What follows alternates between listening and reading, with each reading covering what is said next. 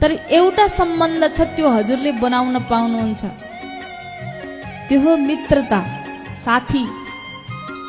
साथी चाहिँ आफूले छानी छानी बनाउन पाइन्छ। त्यही भएर त्यो मित्रताको सम्बन्ध एकदम जानेर बुझेर गर्नु रे, किन संगतले धेरै ठुलो प्रभाव पर्छ।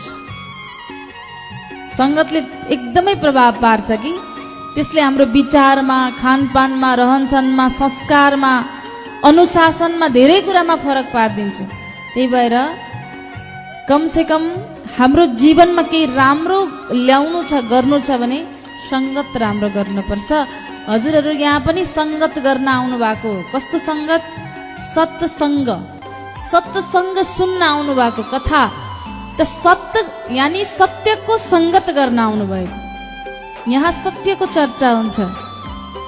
भगवान सत्य हुनुहुन्छ अनि जीवनमा मृत्यु सत्य छ, जुन कसैले टालेर टर्दैन।